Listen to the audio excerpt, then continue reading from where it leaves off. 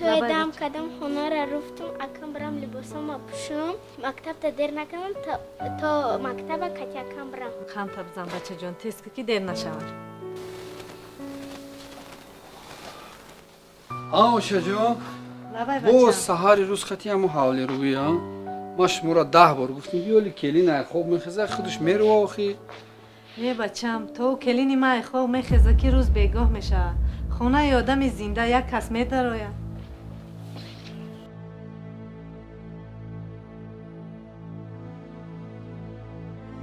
خالا یک حیات شما از من راضی نیستین کار بردتون فقط جنگ انداختن است اگر که من معقول نباشم کلینی طبی دلتون رو در وقتش خوش میکردید ها این زبون درست شده که جای زر و زیوری که با تو مصرف کردن پدر و مادرت با تو آداب میآموخت نمیشد احترامی کلام رو به جا آوردن از 100 تنگه و طلای تو قیمت فهمیدی امروز ماست انا خیلی آداب و رفتارهایی است که خدی راه پوری دخترای به حیا و به شوهر شده فهمیدی پدر و مادری امروزه کی پروای فرزندا را دارن که حیات آینده دخترای آنها رو چی انتظاره تو با پدر من چی کار داری؟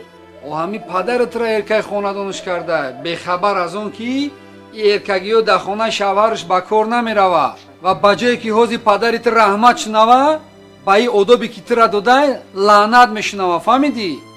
حرکت که در حیات پدرت رحمت شنوه فهمیدی؟ یاسومان بیا مکتب را این دیر میشود کار در دیر شد مدد مالش شوشا جان زیر نشوی همش خوب میشود کار رایم که دیر میشود مالش سمکت کنی؟ اول که در ماشینه خوب باشه جان برای خدا نگهدار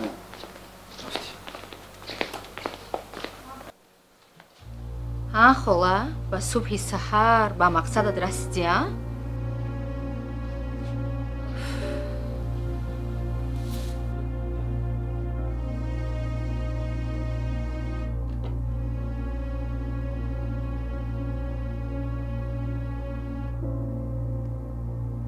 алло ча гапо ҳамо гапо и саҳар и кампир бо кори кардагиша кард оҳ и хуштомани дуруябози ту ҳеҷ хушбахтии шуморо чашми дидан накард ки накард кор гуфта мемурад кошки ин кори дунё тамомшавӣ дошта бошад оча худатон биёен масъалаи мара қатъи кампир ҳал кунед ё худам мебиром мерам не ту ягон ҷо набиё ман худам ба сарта мебиём ман дигар намемонам ки ту дар вай хона як дақиқа истӣ фаҳмидӣ духтарҷон ҳозир мебиём ман майлаш тезтар биёен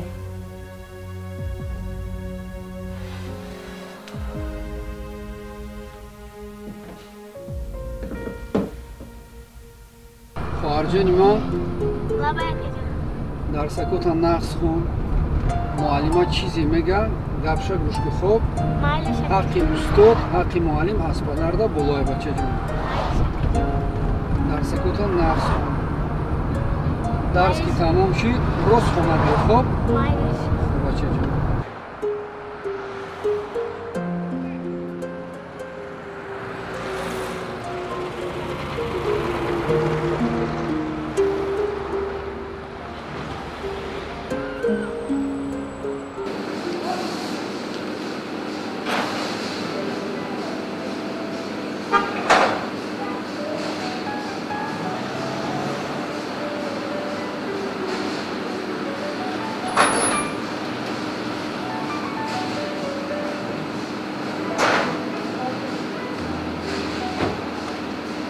акарма салом алейкум як 300 уно сар гумузи барои бо 20 катош добин я бо камч бегирем ҳар ма қабул барои қабул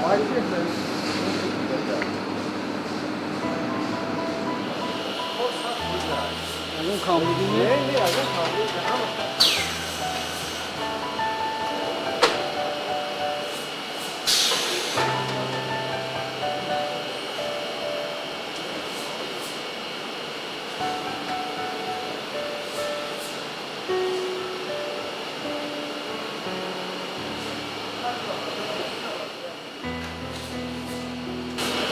магазинро тақсим кардем сесатаи ноҳиёда пансатаи тақсим кардем ҳа камтарак шикоят киса бори камтар будестимшон леки кӯшиш мекунем ки мо зиёдтар бай кунем на масалан استحصال کنیم بچه شده اینجا یک ساعت شد گل نیستم باور کی نکنی سحر ای خونه میبرم این وقت خوش کتی برآمدی با کار بر دیگه ایدا می بعضی همین زنو یا خرک دوران که همین مردک که با وقت خوش ای خونه گسیل کردی کار دیگه میشود برادر عزیز ما 16 سال سیزدهی دارم یک کمبودیو میشه یک پرابلمو میشه که ایلوی توبه چی پرابلم داری؟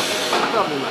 که پرابلم چیکار هم خونه میبرم کلین خطی هم مادر غر غر غر غر که هم پدرای وزیر هم دخترچه که شوهر داده بی اول تربیه که پشتمان بجای مادر ای قصور بجای پدر ای عزت شوهر قصور پشتمان بجا بیو هیچ باور کنم میبری ای خونه دیگه نصرین نیست جان بعد که دختر خونه بودن که من نصیحت نمیکنم از تجربه روزگاری خودم میگم ده بعد دختر خونه برام تو خونه و شوهر اومد اگه برادر از کوشش میکنی که دل مادر را بیایی دل زن تا بیایی برای کم ترک پرابلم بخیلی اگر جان کشمکش کنی نه فقط در کارخونه در سلامتی در همین چیز ضرر نکنه وقتی حیات شخصی انسان خوب نباشه کن یگون چیز نمیخوره برای که کوشش کن نصیحت کن که یگون پرابلم مقصد نشه فهمیدی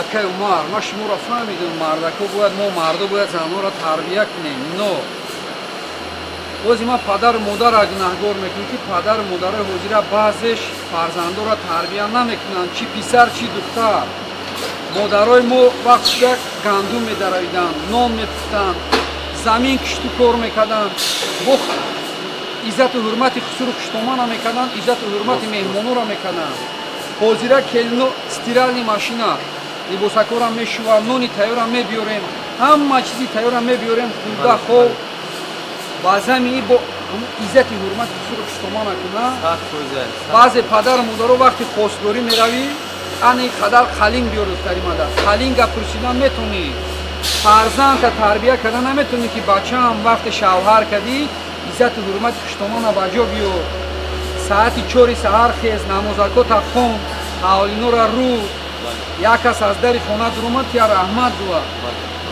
با جای ای گفت گفتن تربیه نیست خیر خدا هدایت شد خیر دوره ما کم تر مشکل ترک بود این دوره خیلی خوب شده شرایط همه هست کمبودی نیست تربیه نیست ادب نیست اکا جون انا برای قبارون کوشش کردی فقط وقت خوش باشه زندگی نقص بزنه فهمیدی؟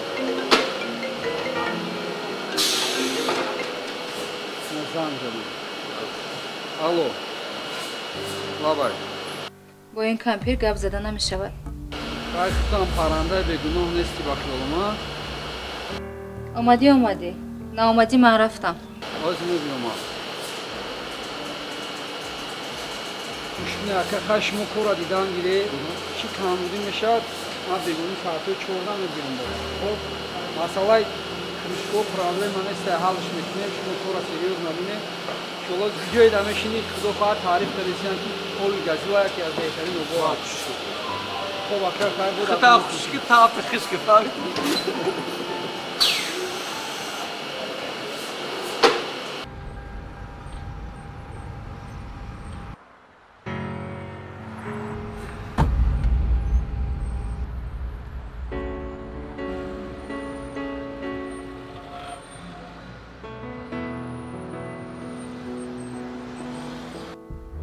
خدا جان گذشته شینه جوانان به عقلی کردن همش خوب می شود میگذرد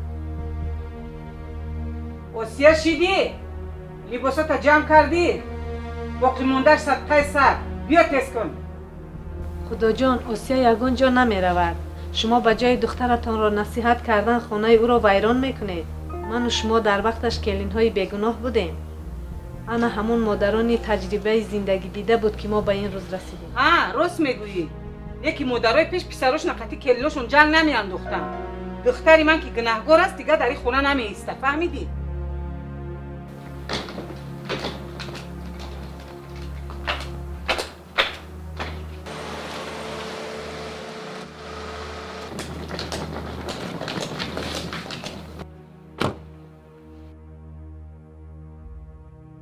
خدا آسیا گناهگار نیست من گناهگارم اگر در وقتش گندم میکاریدم امروز به چنین حال نمیرسیدم چی؟ خیلی گندم؟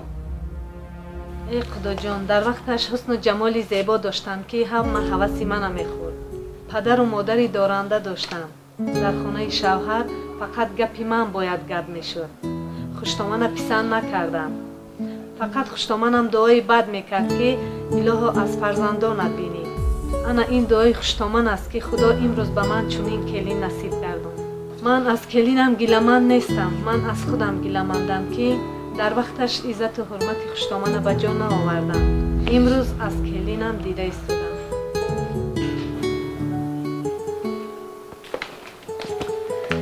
خاله جان مرا ببخشید. من هیچ وقت نمیخوام که شما در گام کلینی گنده باشم. من نمیخوام که این روزا به سر ما بیاید. آچه جان دیگر در زندگی من کاردار نشوید. من در همه زندگی پستی و بلندی طاقت میکنم. بر صبر میشم. ایلاتون نخولی کردین؟ کیره نگاه داریم؟ خیلی اوشا تایور کن.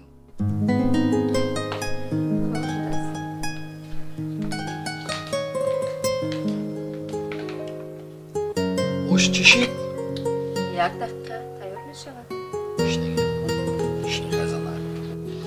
خیر خولا جان رحمتی کلام با همین دختری کلام کدگیتون یا تایور خیلی نگاه کنید. خوش میگنید چشمو را بینیم. نصیب کند. خدا جون همین میگم خونه تلفن برو را خدا بسوزه. همین زندگی دخترها را حاضر همه را همین تلفن میسوزونن. همه گپ خبره به همین تلفن میرسونن. خدا جون همین تلفن اوسیه همین روز ساعت دقیقه از اون شما. من در دست اوسیه دیگه بهوده تلفن نبینم. فهمیدی دختر جون؟ پشته به زندگیت گیر. از رحمتی کلام خولا جان. همین روزی براتان مورم دیگه هیچ که زنگ نمیزنه در جای قطیکی چیکو کده گشته. مورم آزاد. رحمتی کلام. آفرین. خدای ما یادت. خواهرکانی عزیز، از بزرگانمون شنیده‌ایم 4 پیر و 4 تکبیر. پدر مادر خسر خوشتومن. عمر گذران است. روزی میرسد که شما نیز خوشتومن میشوید. در عزت و حرمت آنها جدی باشید.